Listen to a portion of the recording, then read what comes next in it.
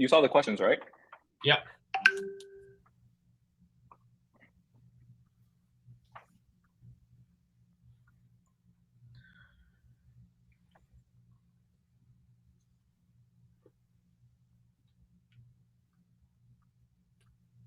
Hi, everyone. Thank you for joining for our fifth session on the Creators Playground. We have Andrew Choi from Zipcy SuperNormal. Pleasure to have you on. Do you want to start off with a quick introduction of yourself as well as your project? Yeah, thank you so much, Josh, for the invitation. My name is Andrew. I'm the founder and the CEO at SuperNormal. Previous to SuperNormal, I have a very engineering and technical background. I was tech lead at Coinbase, and I also worked as software engineer at Microsoft, LinkedIn, Snapchat, and IBM. So yeah, thank you so much. Yeah, absolutely. We got to meet in person a couple of days ago, and I thought it was awesome to see another Korean American working on an NFT project. First of all, if you could help us understand how Supernormal or Zipsy came to be regarding the team and the first NFT collection. Yeah, sure. So Zipsy is actually one of a renowned illustrator back in Korea and also in Asia in general. Back when I started Supernormal, I was still at Coinbase, doing that 9 to 6, 9 to 5. And then back then, I was using Clubhouse, which is very popular social audio application. And then there, I was in all sorts of room doing, fun stuff and also imitating like past U.S. president. So it was like, this fun session.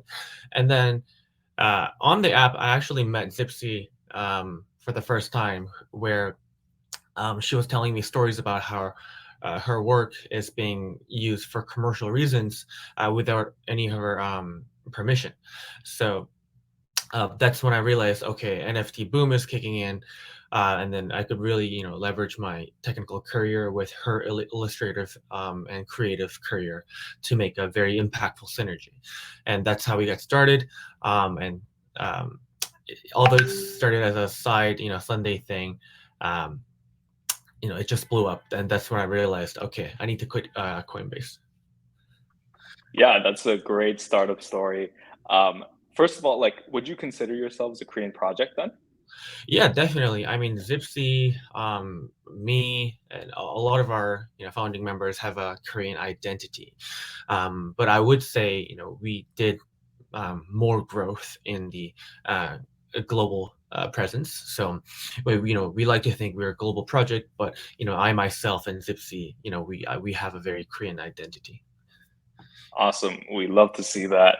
Um, on that note, what do you think is unique to the Korean NFT market or community compared to the rest of the global audience that you guys speak with? Yeah, I mean, for us in general, I feel that definitely that Korean audience and the fact that we are Korean and we have the Korean heritage definitely helps us out, and we feel very connected to that as well.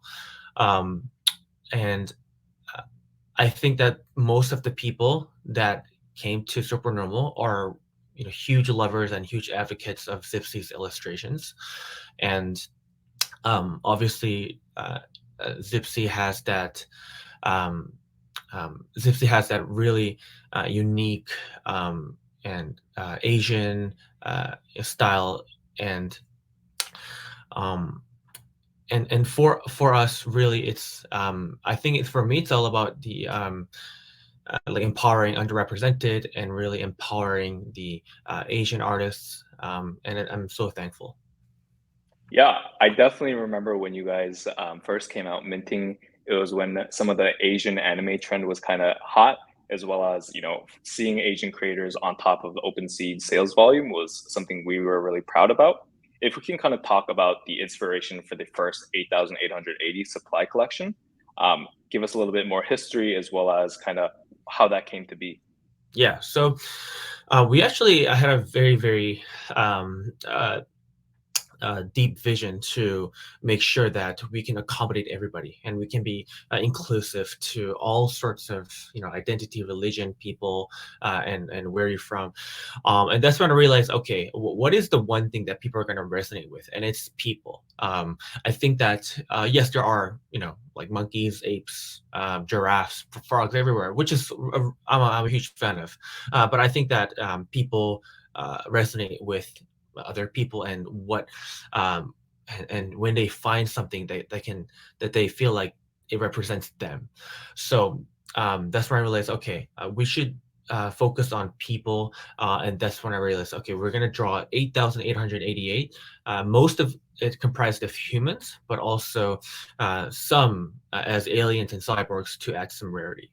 But also, um, I think what people love about Zips, which is the individual supernormal, is that we have a huge array of traits and layers that are very human specific. And on top of that, there is that premium and luxury feel to supernormal, which really adds that sense of, okay, scarcity, it's high end luxury. Um, and I think that people are finding at least one Zips out of 8,000 supernormals that they feel it represents them.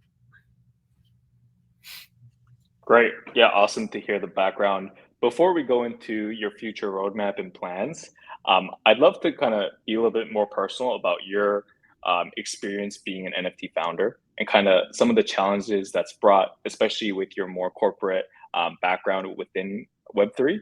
Kind of what's been a surprise for you that you've dealt with or are currently dealing with as a CEO and co-founder of an NFT project?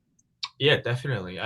It's actually yeah, it's actually great you asked that, because yeah, I do have very technical engineering background, and the usual Silicon Valley style is that you before COVID, you come to the office, you're in a lot of like Jira sprints and sprint meetings, and you go through your OKRs and all sorts of good stuff. But and yeah, I mean, I would say I had fun back in Microsoft, Coinbase, but obviously, it's not I mean, it's rare that it's the most passionate thing. So I always like to think, okay, back in LinkedIn, Coinbase, everything was high intensity, low amount of work. So it's like every task is extremely complicated and intricate.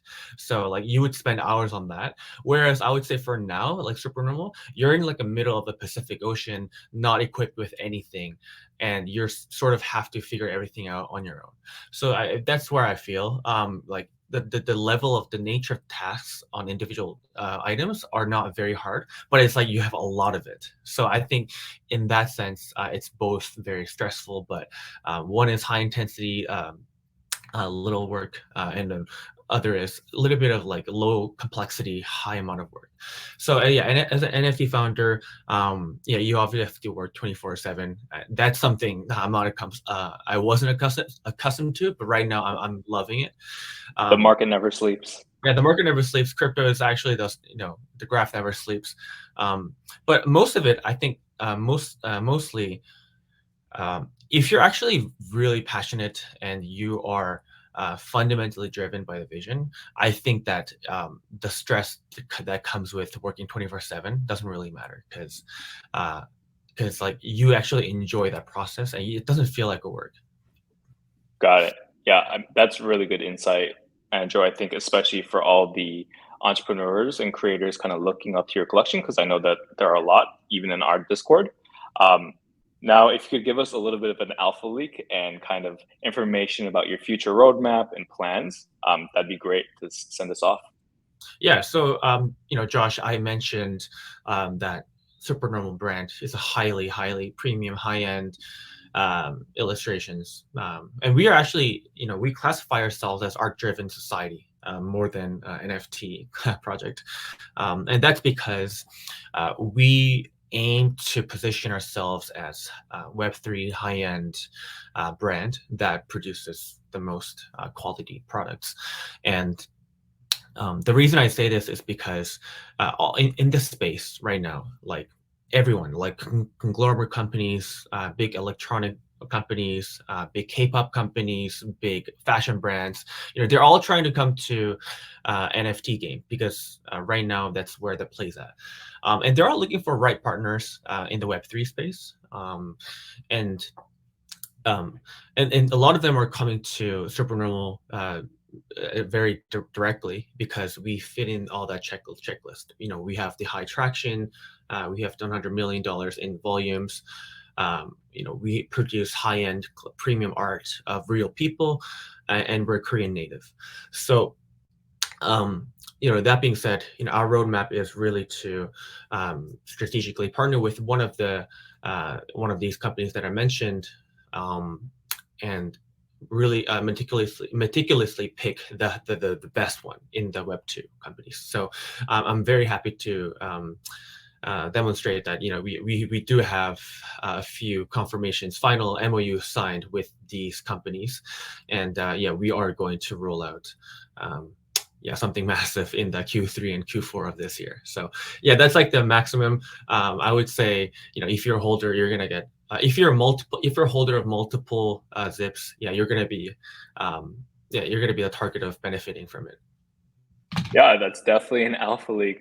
Thank Yeah. you so much for your time, Andrew. I mean, I really appreciate it. And I think everyone else who was able to listen, it's been really helpful as well. Thank you. And we hope to see you soon again. All right. Thank you so much, Josh. Thank you, Andrew.